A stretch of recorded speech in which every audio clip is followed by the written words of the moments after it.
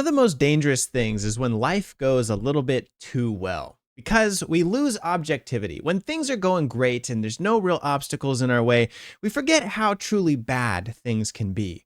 Take me, for example. Oftentimes people criticize me for my lack of creativity and lack of spontaneity in my text conversations. I'm still the guy who uses XD as like a heh face and uses GIFs to express my emotions. And people say that it's just cringy to try and talk to me. But after today's conversation, you're going to realize that I'm not so bad.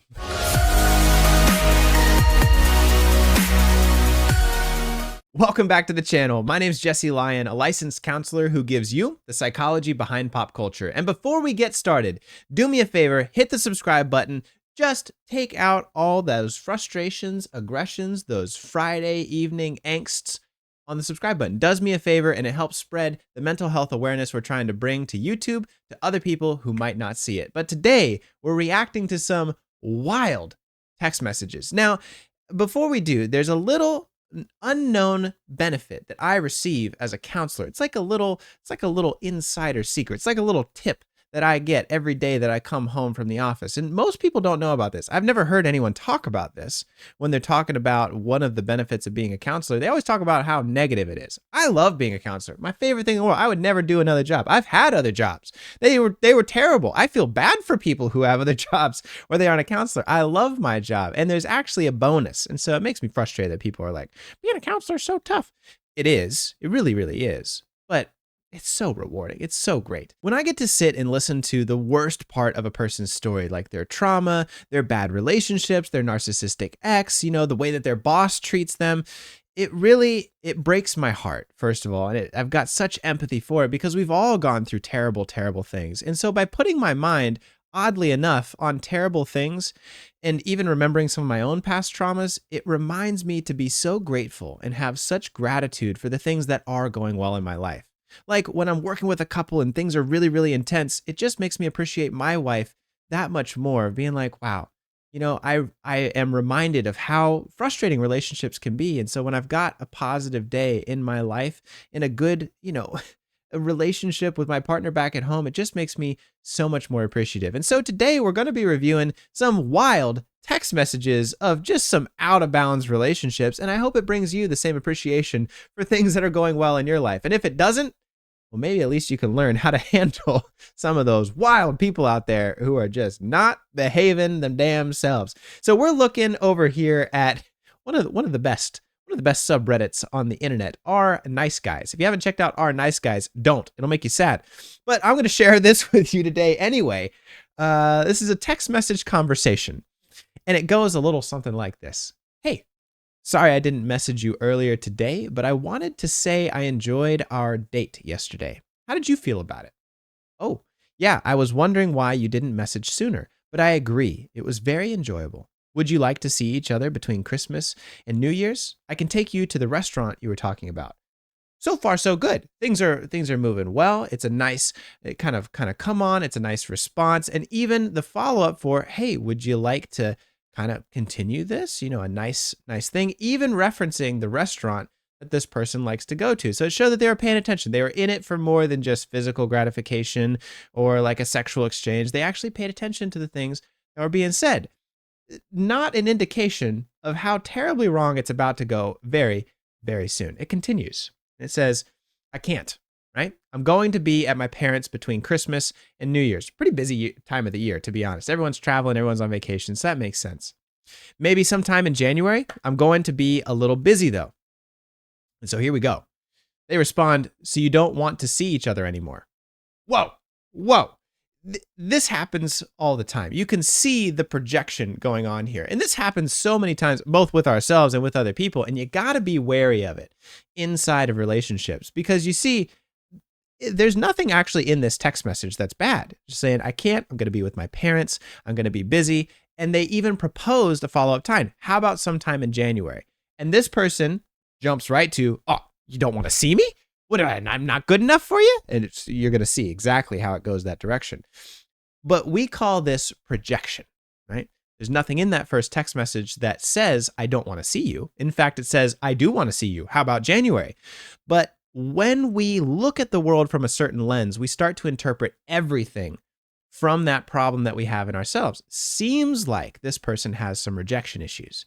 They want to be valued. They want to be adored. They want to be probably mothered. They probably want to be mothered and unconditionally loved. Well, we're just starting dating here. That's a little too early for those kind of things. And so they are projecting. You don't want to see me anymore. So this person responds, no, that's not what I said at all. Great response, little short with the period. And so I can imagine that this person is going to take it very personally, but they're right. And they are right to correct them. We can't let somebody continue in their delusion. That's not going to serve anybody. Well, so they reply, well, it kind of seems that way. Well, kind of seems that way to you because you're reading into the situation something that's not there. They go on to say, you expect me to believe that you aren't going out to party on New Year's? What? Now we're making up scenarios. Now we're coming up with ideas inside of our head that are not even there. She says, no, not this year. I mean, just back here, she said, I'm going to be with my parents. Then he says, then why can't you see me in January? She says, I literally said I can. I just said I'll be a little busy. And so now this happens too. When somebody gets very emotionally elevated, which you could tell their emotions are rising, we actually lose our ability to think. And this person is quickly falling down the rabbit hole of unconscious and inability to think, unconscious thought, and just a loss of critical logic here. They go on to say, okay, well, you should make some time for yourself instead of work. If you spent time with me, you could relax. It's not about that, buddy. That's not the issue here. She says, that's not really time to myself then, is it? See, now we're on the defensive, which is good. You kind of have to be here. So you don't want to see me. It's like a broken record. It's like a broken record. There's nothing you could tell this person that will convince them that it's not about that. And this happens all the time. This is part of delusions. This is part of paranoia. And honestly, to be real, this often happens with a history of trauma. Usually because of a traumatic experience, we start to view things in very much extremes and very vivid lenses. And so it's really hard. It's really hard to talk with somebody through these things when they're only seeing it from one frame of reference. And so she responds, if you are going to be so confrontational about it, I don't want to, really. Now things are falling apart. Here we go. I literally paid for your dinner, and this is the thanks I get? You should be thankful. I spent the time getting to know you. Now want to ditch me? What the fuck? This person now, in order to help with their feelings of being abandoned, has to appeal to some feeling of, I'm deserved this. I'm owed this. One of the things I see quite often is two things. We're going to lecture here for like a second, right? One, people who struggle with friendships and relationships often go back to unrequited and unfulfilling relationships with their parents. I see people get this wrong all the time. It is not a friend or a partner's responsibility, at least in the dating phase. Later on, maybe. But it's not a friend or a partner's responsibility to try and read your mind and try and bring you back. That's what a parent does. If a little kid, right? I've got Oliver, and any of you who have seen Oliver's pictures on Discord and joined me there know how wonderful and amazing he is. But when Oliver gets sad and runs away like a little child and cries in the corner, I go seek him out, right? I go like, hey, buddy, what's going on? Like, I'm trying to use my adult logic to understand what's happening in this little boy's emotional feelings.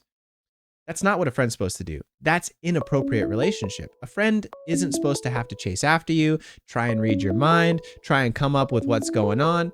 A friend is supposed to be an equal, right? And so it's your responsibility to communicate your emotions to your friend. If you've got a panic attack, just be like, hey, I need a couple minutes to breathe, right? Then you come back, hey, thank you so much for giving me some space. I had a little bit of a panic attack. I'm better now. Thanks for being there for me. That's you and your job to come and get them, not the person's job to go and seek them out. This person's expecting her to come and seek him out. Now, because that didn't happen, right? Because this person is not mothering him, he's appealing to, you owe this to me, right? He's got to have some platform to demand. And this is where we're seeing things get This is really where things can get abusive if relationships like this are allowed to continue. I don't really know what to say to that, she says. And he responds, you could start by apologizing for wasting my time. Oh, the superiority complex is becoming apparent. Because in a childlike relationship, that's how it's supposed to be.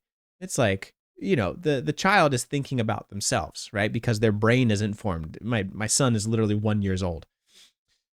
And then he says, have fun whoring around on New Year's Eve. I guess I dodged a bullet here. What? I think she's the one dodging the bullet with this guy. I'm glad this stuff came out in this situation, not like a year down the road. You're a waste of time. You know that? You better pay me back for the dinner because this is ridiculous. I took you out to a nice dinner that you said you enjoyed, and now you won't go on a second date with me? Fucking slut. Whoa, whoa, whoa, whoa. This is where I, as a counselor, get curious. It's like, well, that's quite a reaction. Where is that coming from? Buddy, she doesn't owe you anything. You went on a nice date. You offered to pay. You could have said, hey, we're splitting the check. You could have made that up front if that's like a big thing. You want equality in your relationship. But if somebody wants to pay for the date that they're going out on, it's fine. Nobody put a gun to your head saying that you have to do it. That was your own volition. You can't then turn around and have strings attached to charity. It's not how it works. You literally have no life, and you say you are too busy to see me. You could have just told me straight up that you are busy all the time before I went on a date with you. Do you usually waste people's time and money whoring around for free food and attention? Wow, we are just coming up with all sorts of fantasies inside of our head. And see, I do have some empathy for this, not because you should give in to this type of thing, but because you can see how this person is not thinking clearly. You can see like the way that this person processes the world. And it's like kind of sad that they're going to be alone forever until they fix this. And they should be. Like, this is not safe to be around. Like, tell me in the comments below. You know what I'm talking about. This is not okay for people to engage with. I can't believe I actually was considering settling down with a woman so old and so ugly. Girls over 21 are a waste of time. Okay, we're introducing more complexity to the situation. Your brain's not formed till you're 25. Like, sometimes I get some real creepy vibes for people who really look for younger people to date. Like, don't get started on Leonardo DiCaprio. That's a whole separate conversation. But when somebody's looking for a young person to date, there's so much like grooming fears that come into my mind. Like, there's so much benefit to having somebody who's over 25, knows themselves, and is able to meet you peer to peer. Like, unless you're both growing together and finding out who you are, like you start dating at 16, 17, and then like you grow together. Like my wife and I, we started dating at 17. We were both 17. And then now we've been together because we learned who we were and we were able to continue to meet as peers all along the way. We were equals and we continue to be equals. Somebody who's looking for somebody who's moldable and flexible, that's some real indifference of power, like inequality of power that makes me very cringe. Girls over 21 are a waste of time. Really? I don't need to settle for an ugly duckling like you. I didn't read the full text message chain. I'm like blown away here. Before we started recording, I didn't read the full text message chain. And stop texting me. Get a fucking life, dude. My life is better than yours, slut. She corrects him. I love that. That's great. Life. I'm sorry. I should have been more understanding about your schedule. Sorry if you feel disrespected.